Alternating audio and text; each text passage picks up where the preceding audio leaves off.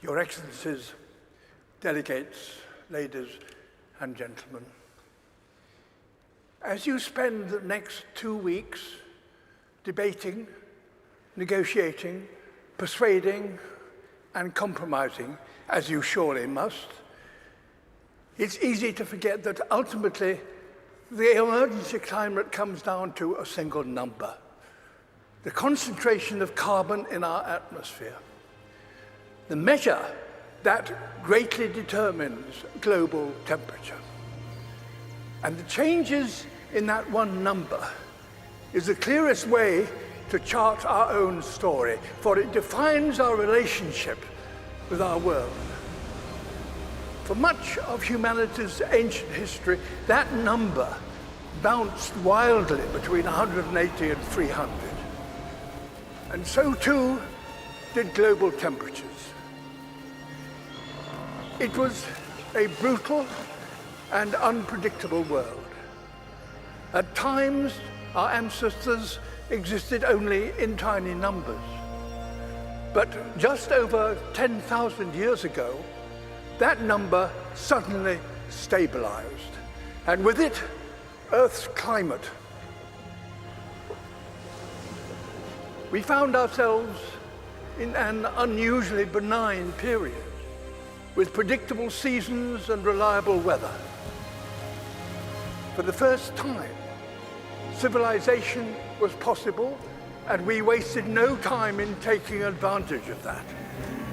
Everything we've achieved in the last 10,000 years was enabled by the stability during this time.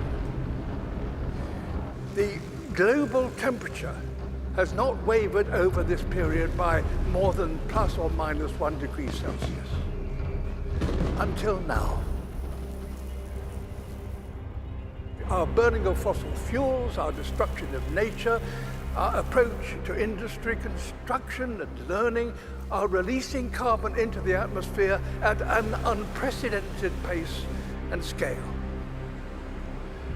We are already in trouble. The stability we all depend on is breaking.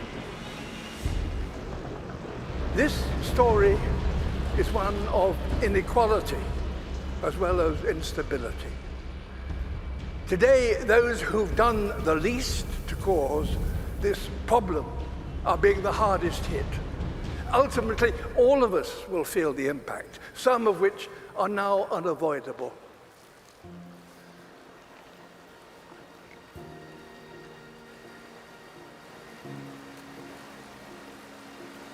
My world is melting. You think you have control, we actually have no control.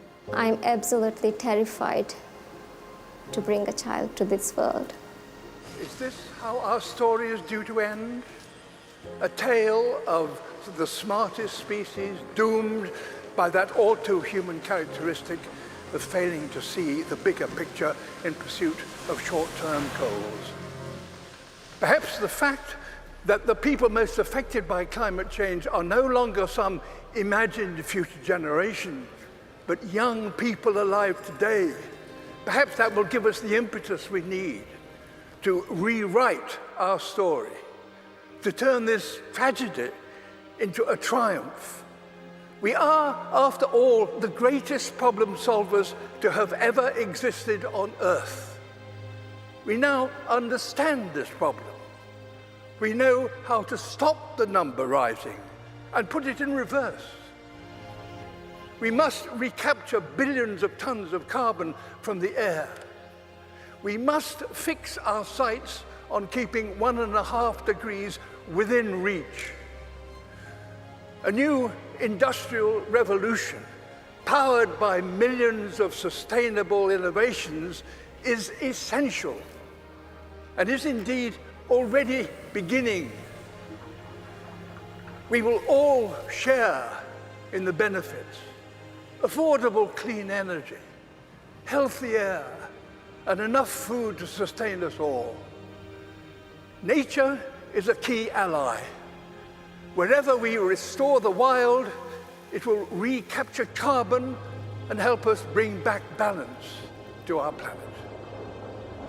And as we work to build a better world, we must acknowledge no nation has completed its development because no advanced nation is yet sustainable.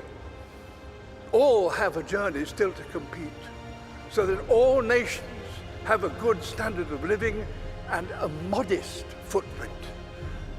We're going to have to learn together how to achieve this, ensuring none are left behind. We must use this opportunity to create a more equal world, and our motivation should not be fear, but hope.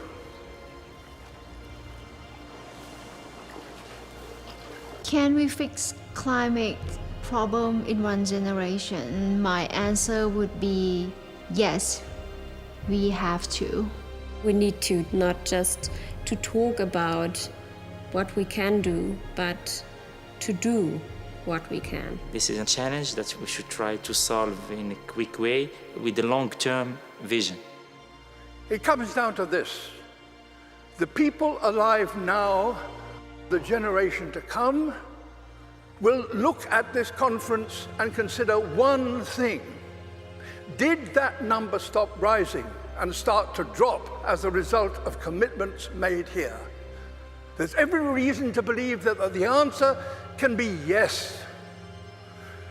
If working apart, we are force powerful enough to destabilize our planet, surely working together, we are powerful enough to save it. In my lifetime, I've witnessed a terrible decline. In yours, you could and should witness a wonderful recovery. That desperate hope, ladies and gentlemen, delegates, excellency, is why the world is looking to you and why you are here. Thank you.